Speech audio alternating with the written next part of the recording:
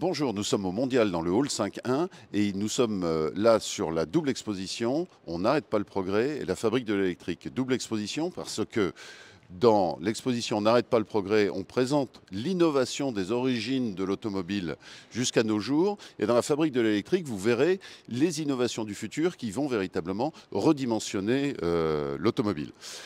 Je suis Frédéric Charon, je suis le directeur général de la SIA. Je vous propose une petite visite. On n'arrête pas le progrès. Donc, un petit voyage à travers le temps de l'innovation automobile. Alors, on a voulu déjà, sur une fresque de l'innovation, vous présenter en fait les grandes innovations qui ont été importantes pour les utilisateurs, qu'ils ont vues dans les véhicules depuis les origines. Et on s'aperçoit qu'il y a beaucoup d'innovations qu'on pense être beaucoup plus récentes et en fait qui sont très anciennes dans l'ensemble. Le moteur diesel, pour nous, c'est quelque chose de relativement nouveau, mais il a été créé en 1890 de la même façon que des essuie-glaces, on en avait déjà en 1900. Le concept était fait. Mais d'un autre côté, si on regarde au niveau de l'éclairage sur les phares, ben on est en 1910. Avant, on avait un petit peu des lucioles qui étaient juste faits pour signaler le véhicule. Et on avance dans le temps. Sur la première partie du XXe siècle, l'innovation vient des États-Unis. C'est de l'innovation de performance, de confort dans les véhicules.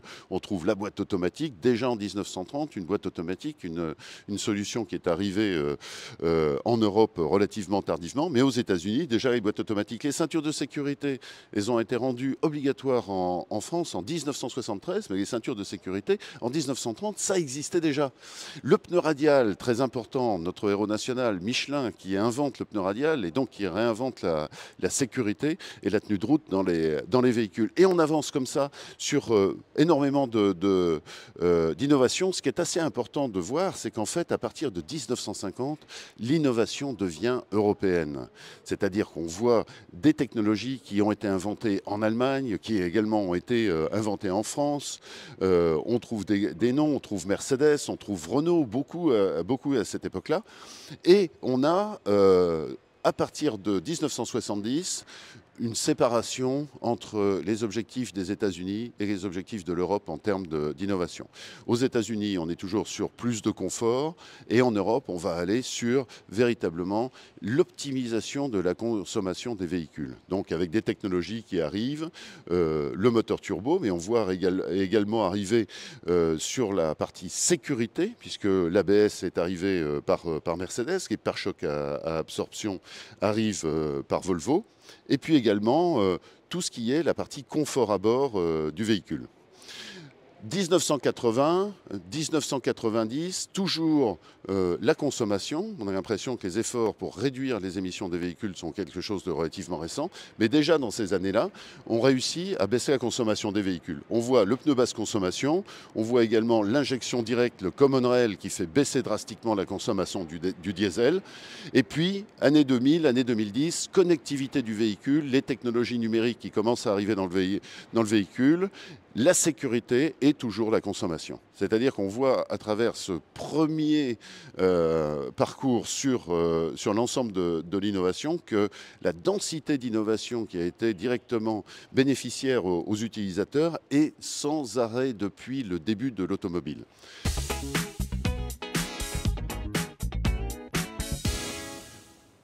Alors, après vous avoir présenté toutes les innovations à travers le temps, je vous propose de faire un petit zoom sur un certain nombre de véhicules emblématiques où une innovation a été introduite, innovation qui est devenue une règle générale. On va commencer en France, on va commencer en 1888 avec cette Peugeot Type 3, qui n'est pas la première voiture, qui est équipée, par contre, qui est équipée d'une boîte de vitesse. Première boîte de vitesse, 4 vitesses avant, une vitesse arrière. Il fallait une boîte de vitesse parce qu'il faut adapter le rendement du moteur au type de terrain, puisqu'on a un moteur qui développe 2 chevaux. 2 chevaux, c'est 1500 watts, c'est la puissance d'une perceuse électrique.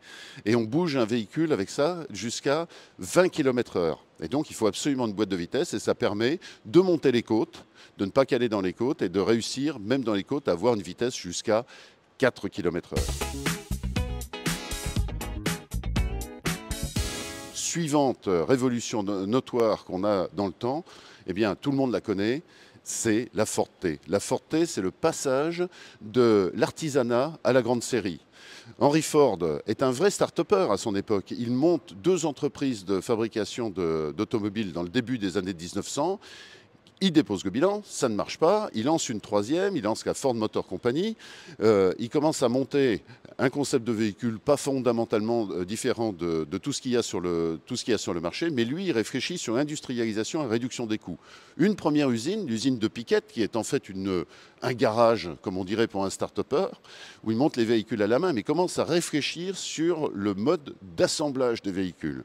Ce qui donne la création d'une 2e usine, Highland Park, et c'est là qu'on voit arriver la fameuse ligne de montage, la taylorisation. Et sur cette 2e usine de Highland Park, on réussit dès 1913 à construire 9000 véhicules par jour. La grande industrie est partie.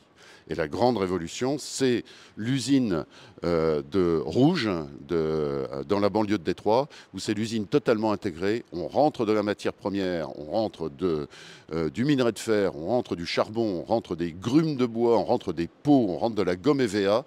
On sort des véhicules. Ford fabrique l'intégralité de ses composants dans l'usine Rouge.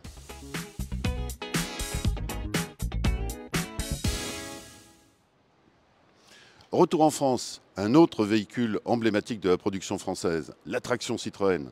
Alors, la traction, quelle est l'innovation? Puisqu'on parle d'innovation pour chacun des véhicules, bien évidemment, la traction, comme son nom l'indique, la traction avant, mais pas seulement. Parce que André Citroën, avec la traction, rentre également une autre innovation qui est extrêmement importante, la monocoque.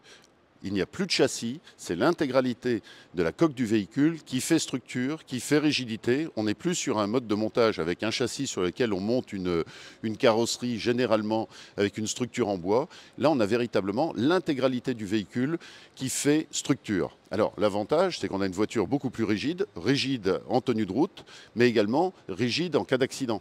C'est-à-dire qu'on protège beaucoup mieux les occupants du véhicule. Donc ça, plus une traction avant qui emmène le véhicule dans le virage, donc lui donne une meilleure stabilité. Avec ces 2 éléments-là, rigidité plus traction avant, ça devient la reine de la route. La voiture sort en 1934, en septembre. Elle a épuisé André Citroën. Elle a également épuisé l'entreprise Citroën. En décembre, l'entreprise dépose le bilan, est reprise par Michelin. Et André Citroën meurt en 1935, épuisé par son aventure industrielle.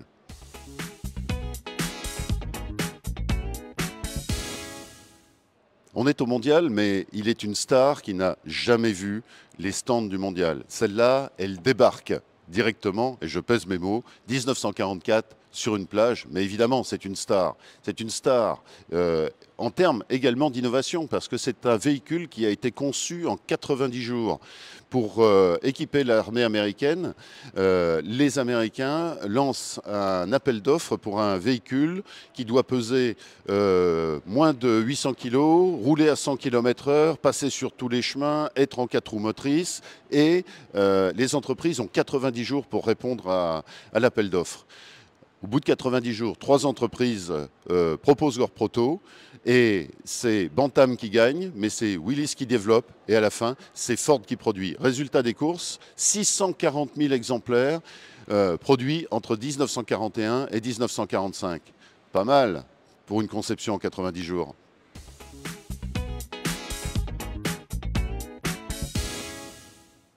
Retour en France. Retour en France, on est en 1934. On l'a dit tout à l'heure, Michelin prend le contrôle de Citroën, qui était exsangue sur le bord du dépôt de bilan. La question de Michelin, c'est que quand on a une entreprise, il faut développer la gamme. Donc Michelin lance, à l'opposé de la traction, le projet d'un véhicule totalement accessible par la population. Et sur un cahier des charges qui vient d'une constatation qui est faite directement au niveau de la campagne, les paysans transportent le produit de leur ferme dans leur carriole.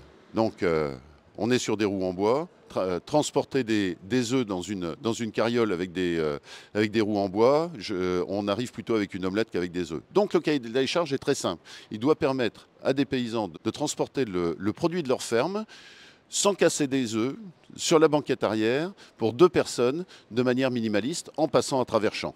Et donc, une équipe de jeunes ingénieurs se lance sur la conception du véhicule. Le véhicule aurait dû être présenté au Salon de l'Auto septembre 1939. Septembre 1939, la France rentre en guerre.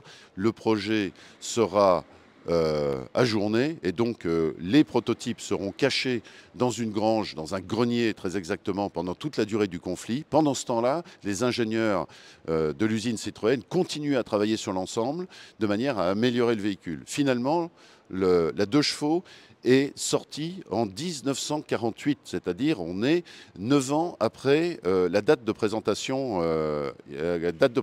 initiale. C'est un véhicule qui est minimaliste avec plein d'ingéniosité. Pour réduire le coût, par exemple, l'essuie-glace, il n'y a pas de moteur, l'essuie-glace est directement branché sur le compteur de vitesse. Plus on va vite, plus l'essuie-glace va vite.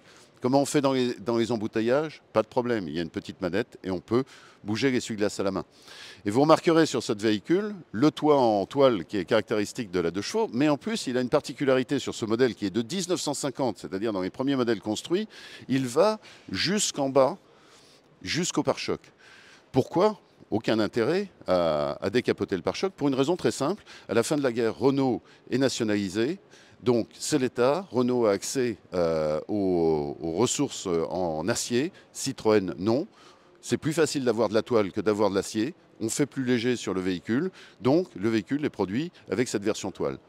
On cherche les économies, le code de la route impose un feu rouge à l'arrière.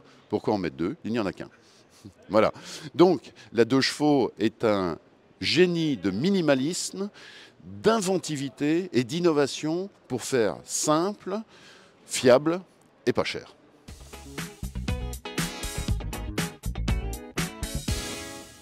S'il est un homme associé à une voiture, c'est le général de Gaulle, et la voiture, bien sûr, c'est la DS. La DS, elle sort en 1955. Citroën toujours, mais on est dans un autre domaine complètement que la 2 chevaux qu'on a vu tout à l'heure.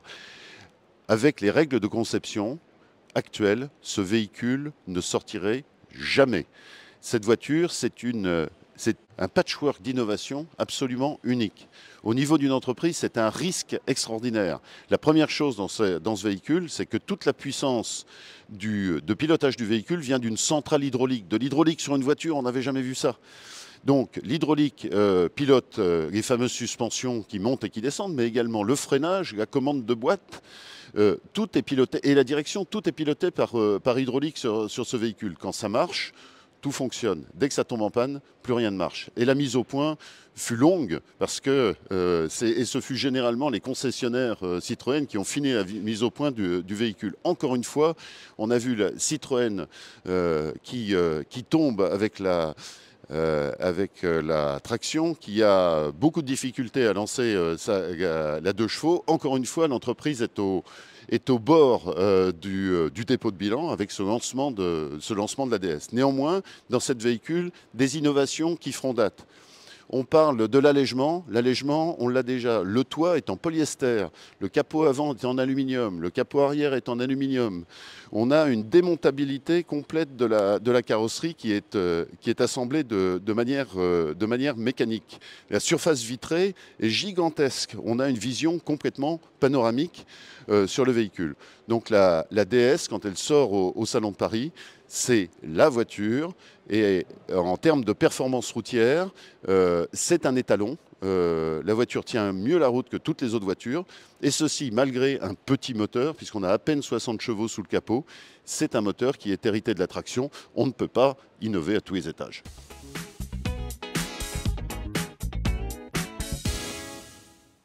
On traverse la Manche, 1958. 1958, c'est l'autre révolution. Cette révolution est architecturale.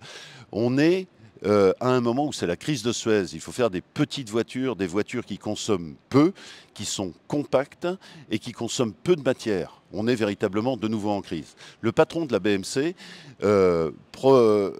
demande à son ingénieur en chef de dire « il me faut une petite voiture compacte ». Comment peut-on faire ? Eh bien, Alec Issigonis, c'est son nom, l'ingénieur en chef. Lui, a déjà fait la Minor, qui est le véhicule, qui est la 4 chevaux anglaise, si on peut dire quelque part. Et lui, pour résoudre cette équation impossible, il a une idée de génie. il va complètement chambouler l'architecture du véhicule. Normalement, un véhicule, c'est un moteur longitudinal, une boîte de vitesse, une transmission et un pont arrière. Il change tout. Il tourne le moteur de 90 degrés, met la boîte sous le moteur. On a un moteur transversal, un ensemble moteur-boîte. L'architecture de la petite voiture moderne est née. À partir de ce moment-là, tous les véhicules qui sortiront dans les 10 années suivantes adopteront cette architecture-là. C'est la Mini qui a créé la petite voiture telle qu'on la connaît maintenant.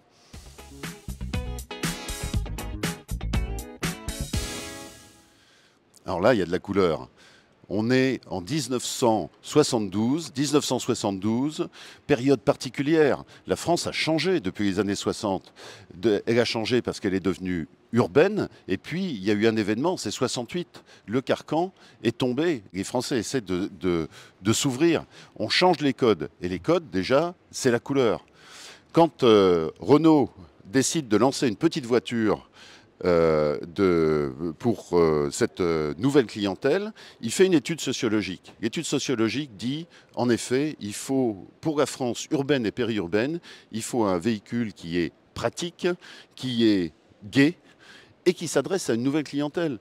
Les femmes commencent à travailler. On se retrouve avec des foyers qui ont deux revenus. De revenus, ça veut dire on doit avoir également souvent une deuxième voiture. Et donc c'est une voiture qui est visée par une clientèle féminine. Alors désolé, oui, le Caddy, c'est la reine des supermarchés, avec son haillon, qui n'est pas une nouveauté chez Renault, puisqu'on le retrouve sur la Renault 4 depuis 1962 et sur la R16 au milieu des années 60. Mais là, c'est tout un ensemble qui fait que ce véhicule deviendra l'icône du début des années 70. Et d'ailleurs, jusqu'aux années 80, en 1980 encore, la Renault 5 représentait 17% des ventes de véhicules sur le territoire.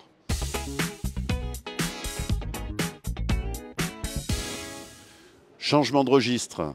On a parlé de grandes séries, maintenant on va parler d'un véhicule tout à fait particulier, mais qui a une innovation qui fera date dans l'automobile. Ce véhicule, c'est la BMW 2002 Turbo.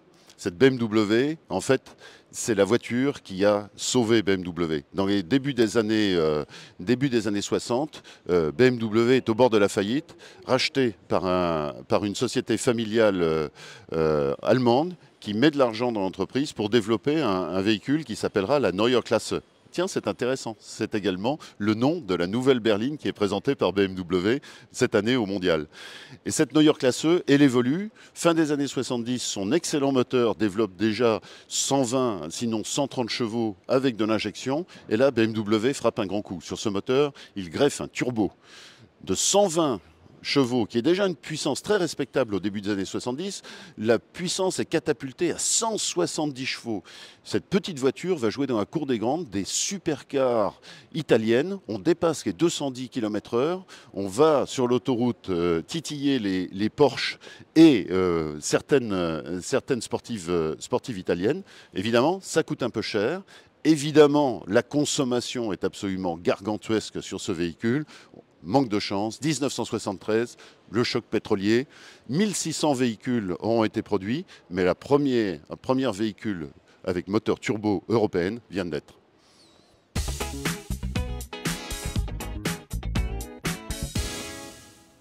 On est toujours en Allemagne, on est au début des années 1970 chez Volkswagen. On a vu la révolution architecturale de la Mini, de la R5, tout ce qui s'est passé sur le marché chez Volkswagen, calme plat. L'intégralité de la gamme est basée sur la plateforme de la coccinelle qui date de l'avant-guerre. C'est-à-dire un châssis, très exactement une plateforme, un moteur arrière 4 cylindres, refroidi par air. L'architecture, c'est plus ça. Alors, le patron de Volkswagen décide de frapper un grand coup. Demande à ses équipes de sortir un nouveau véhicule qui soit véritablement avec une architecture moderne. Ça ne marche pas. Les premières propositions, on a une caisse un peu carrée qui sort de la coccinelle, mais le moteur est toujours à l'arrière. Deuxième essai, le moteur revient à l'avant, mais c'est toujours le moteur de la coccinelle. Alors, que fait Volkswagen? Eh bien, on regarde ce qui se passe chez les concurrents. Il faut une voiture qui soit moderne. Il va chercher un designer italien. Il va chercher Giorgio Giugiaro en Italie.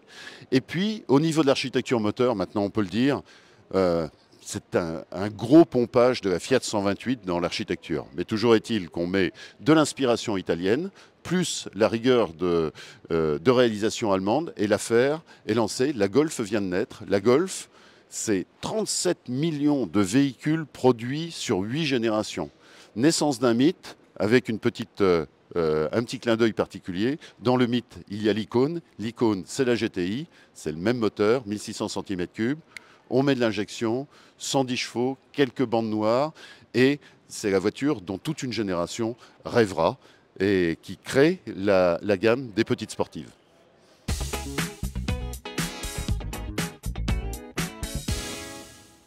On parle de véhicule allemand, on ne saurait se passer de l'étoile.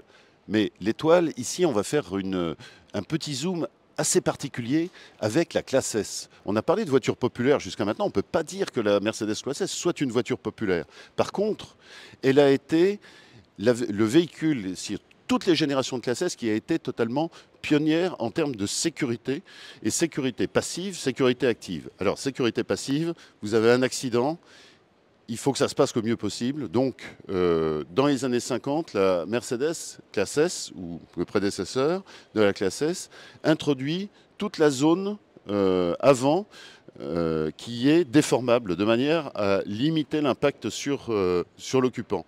À l'intérieur du véhicule, dans les années 70, on voit arriver le tableau de bord rembourré, le volant rembourré, on a des ceintures de sécurité, pas encore d'airbags. Les premiers airbags arriveront également par Mercedes.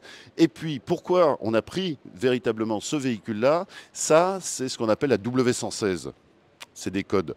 W116, elle est fabriquée depuis 1972. Ici, c'est un modèle 1978. Que se passe-t-il en 1978? Eh bien, Mercedes, sur la fin de série de la W116, va rentrer une innovation qui va faire florès, c'est l'ABS. Premier véhicule de série équipé d'ABS. La W126 qui la suivra après l'utilisera, mais c'est le premier test. Alors, c'est une révolution parce que la voiture devient sûre au freinage. Et c'est aussi une collaboration entre Bosch et Mercedes, qui est une collaboration win-win, parce que Mercedes sur une classe S permet à Bosch de tester de nouvelles solutions qui sont testées sur des petits volumes, avec des prix relativement élevés. Et là, le ruissellement fonctionne, puisque dès la génération suivante ou le modèle inférieur, on voit cette technologie apparaître sur les autres véhicules.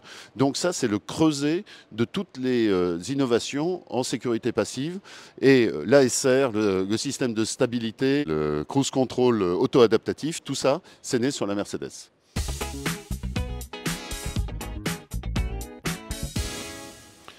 On est en 1982. Chez PSA, ça va mal. PSA a dû absorber Citroën en 1974 et quelques années après, Chrysler Europe. La pilule passe mal, usine pas performante, des gammes qui se chevauchent les unes après les autres. Financièrement, début des années 1980, PSA est au bord du gouffre et n'a pas l'argent de renouveler ses gammes. Pourtant, ils vont faire un test. Il faut remplacer cette 104 qui date du début des années 70 et qui n'a jamais eu les chiffres de vente escomptés parce qu'elle s'est affrontée à une R5 qui a été un méga succès. Donc il faut sortir une nouvelle petite voiture. On se souvient que Peugeot, c'est le partenaire de Pininfarina en termes de design. Là, c'est une équipe interne qui va designer cette nouvelle voiture. Architecturellement, il n'y a pas énormément de nouveautés, mais c'est surtout dans la gamme qu'on va trouver une proposition. Cette gamme, il faut, avec une seule véhicule, avoir le maximum de clients. Les moteurs vont aller de 45 à 130 chevaux. C'est extrêmement large. Et la 205, ça va devenir la voiture de tout le monde, du représentant de commerce qui va rouler en diesel et qui va trouver ça très agréable parce que la voiture marche très bien, tient très bien la route. Et puis, c'est une véhicule familiale qui va permettre d'aller faire ses courses et de se déplacer en version 4 portes. Et puis, bien entendu, là, de nouveau, le sigle magique, GTI, injection sur le moteur, la même recette que ce qu'on a vu sur la Golf. Et tout d'un coup, là aussi, on a l'icône d'une génération, le jeune 4 dynamique, pas trop en charge de famille. C'est la voiture dont il rêve et qu'on va trouver sur les routes et qui va donner véritablement symboliser un certain art de vivre et les valeurs du début des années 80 dans la société française.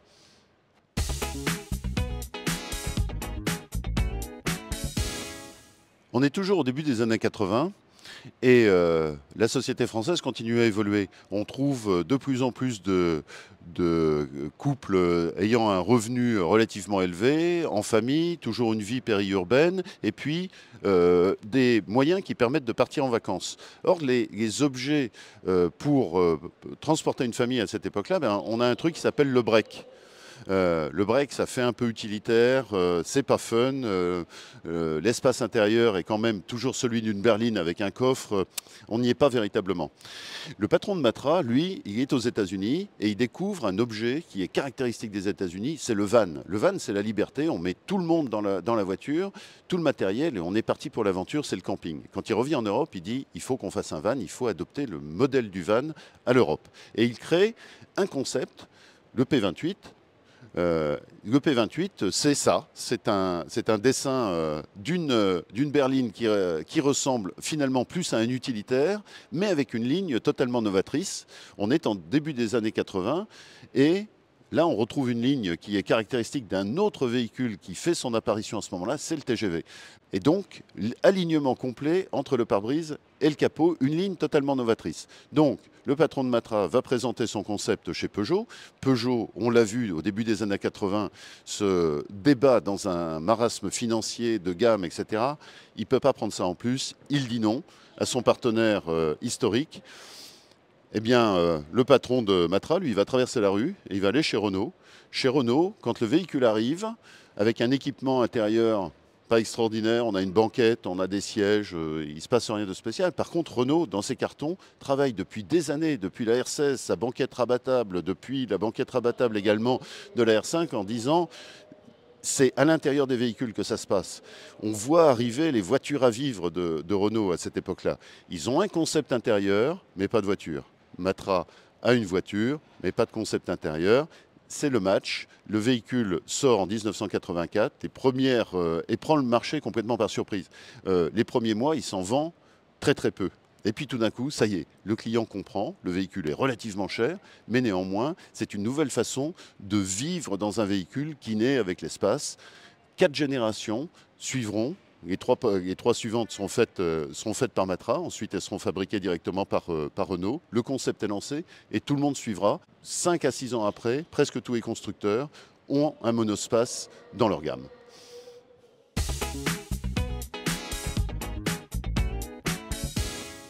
C'est compliqué de faire simple. Et ça, c'est l'histoire de la Twingo.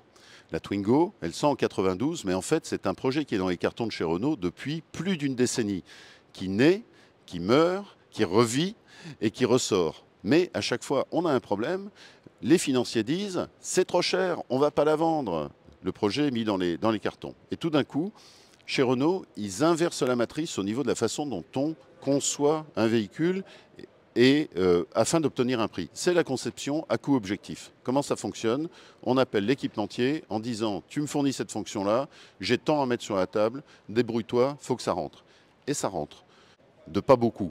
Mais ce véhicule finit par sortir au coût objectif. Pour ça également, et ceci dans un délai relativement court. Et ça, il y a une deuxième révolution chez Renault, c'est le fonctionnement en mode plateau.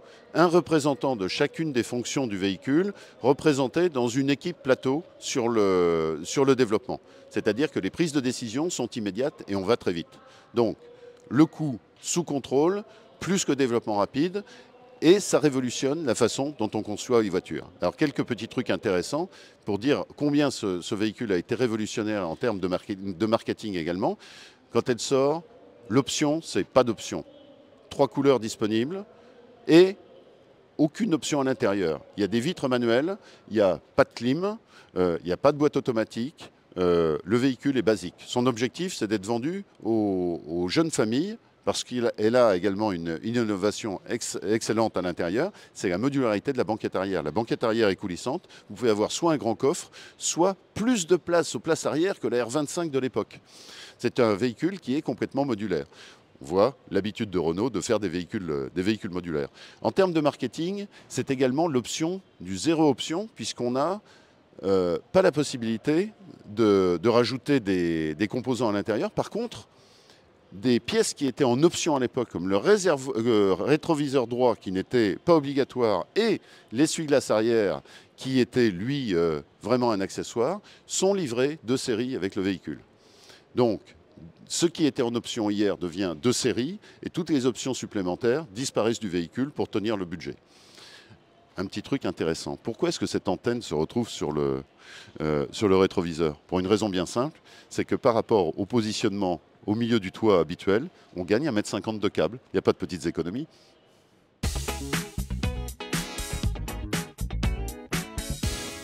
On change de pays, on change de continent. C'est en 1997 et un véhicule va révolutionner véritablement toute la chaîne de traction automobile. Ce véhicule, c'est la Prius, c'est le premier hybride qui apparaît sur le marché. Alors, un hybride, c'est quoi? Eh bien, c'est le mariage intelligent d'un moteur électrique et d'un moteur thermique. Alors, pourquoi?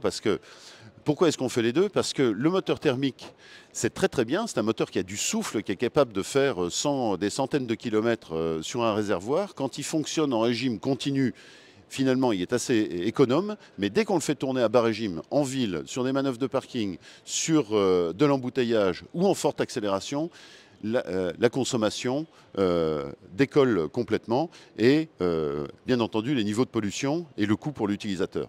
Le moteur électrique, lui, il a cet avantage, c'est que à faible vitesse, il est extrêmement souple, c'est très facile à manipuler et au niveau des accélérations, c'est des accélérations immédiates. Donc, l'hybride consiste à jumeler un moteur thermique pour les grands trajets et ce moteur électrique qui fonctionne pour les petits déplacements et en forte accélération. Alors, Toyota, on est dans la mécanique de précision japonaise, il y a une chaîne de traction extrêmement particulière qui a été développée, mais la voiture trouve son marché. Trouve son marché avec une esthétique très particulière qu'on pourra qualifier de moche, mais le fait qu'elle soit en effet très particulière permet de se démarquer par rapport à l'ensemble de la production. Et tout d'un coup, ce véhicule devient la coqueluche de la Californie et particulièrement d'Hollywood. Quand on veut montrer qu'on a un esprit écolo et qu'on a une superstar, on roule en Prius. À cette époque-là, Schwarzenegger roulait encore en Hummer.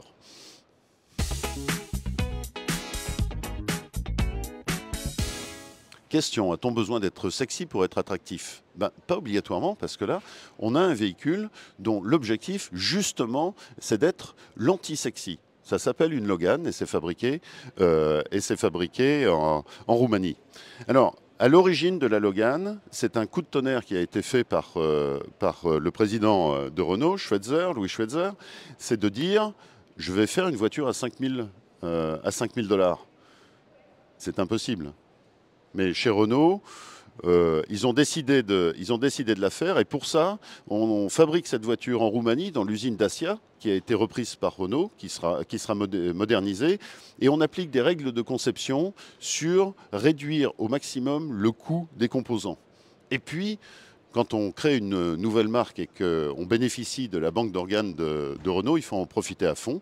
Donc, possibilité pour Dacia de se servir de tous les composants des véhicules existants. Alors, ce véhicule, au bout du compte, c'est un patchwork de composants qui viennent de la gamme de Renault à l'époque, la Modus, la Clio et 2 générations de Clio, mais également de pièces évidemment qui sont spécifiques et qui sont conçues dans l'esprit de réduire le coût au minimum. Par exemple, les vitres ont un seul bombé, extrêmement léger. Ça coûte moins cher que le double bombé classique d'un véhicule.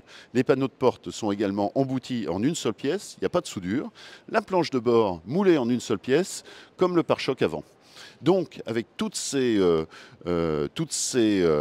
modifications qui sont faites sur la conception des pièces, on baisse le coût, on baisse le coût, on baisse le coût. Et ce véhicule va devenir l'objet de motorisation en véhicule neuf de toute l'Europe de l'Est. Il n'était pas prévu pour être importé en France, mais cet appétit d'un véhicule minimaliste et bon marché, 2 ans après sa commercialisation en Roumanie, il arrive sur le territoire français et le succès est total puisque maintenant le véhicule est commercialisé sur plusieurs continents et même fabriqué au Brésil. La version qu'on a ici, ce n'est pas une Dacia, c'est une Renault, c'est une brésilienne.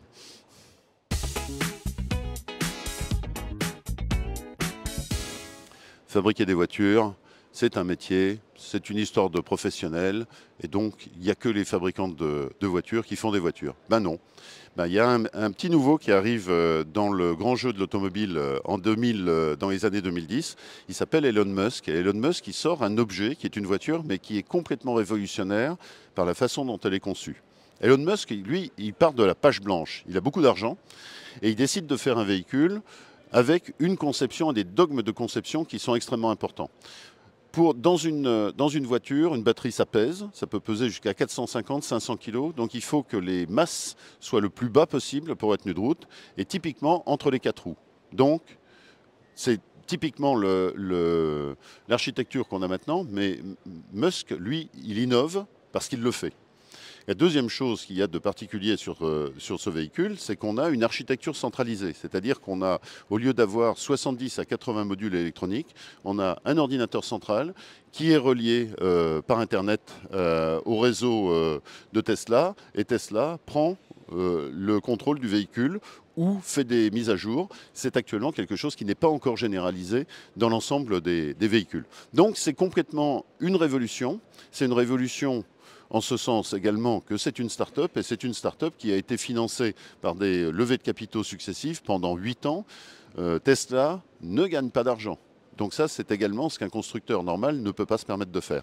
Mais néanmoins, on a un modèle qui est complètement innovant, et maintenant, Tesla est quasiment le leader sur les véhicules électriques au niveau mondial, avec les modèles qui ont suivi, la X, la Y, et puis la 3, et bientôt la 2.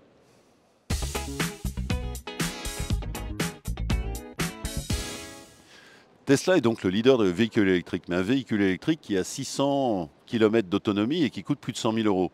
Pas véritablement démocratique. La vraie démocratisation, c'est ici qu'on va la trouver. C'est Renault.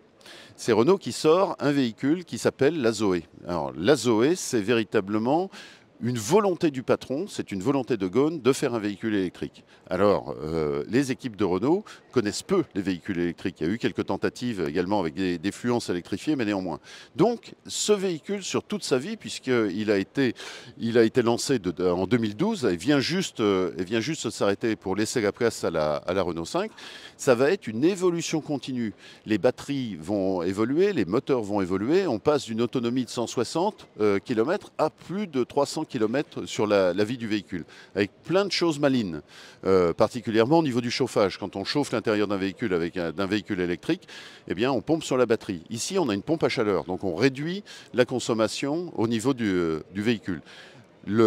Également un véhicule qui marquera son temps parce que c'est lui qui a créé cette petite signature sonore extrêmement particulière qui fait que quand on entend une Zoé, on l'entend de loin, on la reconnaît tout de suite. Parce que c'est une petite signature sonore qui a été faite avec des associations de malentendants de manière à ce que ce véhicule qu'on n'entend pas d'habitude, dans le milieu urbain, on le perçoive et on sait qu'un véhicule électrique est en train d'arriver. La Zoé est véritablement le véhicule précurseur de la mobilité électrique de tous les jours.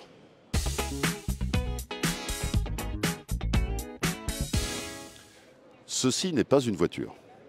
Ceci est un quadricycle léger, catégorie L6E, qui peut être conduit à l'âge de 14 ans et qui peut emmener 2 personnes et qui pèse au maximum 450 kg. Voilà la définition de la réglementation.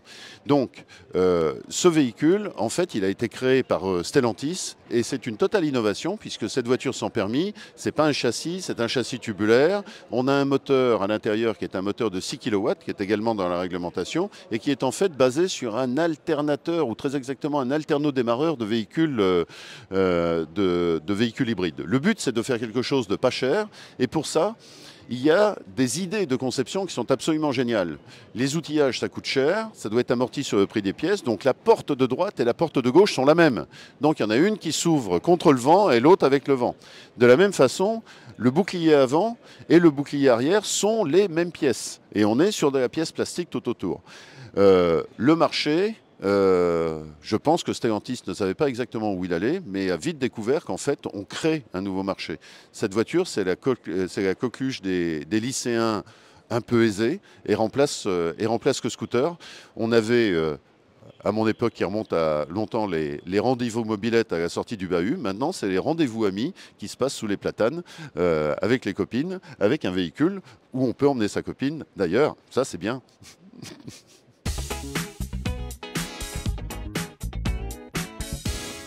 Alors maintenant la question, s'il ne fallait en garder qu'une. Et là franchement mon cœur balance. Mon cœur balance entre cette DS où véritablement les ingénieurs se sont exprimés, ont véritablement repoussé les limites avec des technologies qui sont complètement modernes, mais également, je pense, à la Twingo. Parce que la Twingo, c'est une conception qui est faite à coût minimum, de manière à ce qu'on ait juste ce qu'il faut à l'intérieur d'un véhicule, fait de manière intelligente, et qui fait que la Twingo, ça reste la voiture la plus intelligente de ces 30 dernières années. Donc, en tant qu'ingénieur, je ne sais pas vous répondre, parce que ça, c'est plaisant. Entre la DS, la Twingo, mon cœur balance et je ne trancherai pas.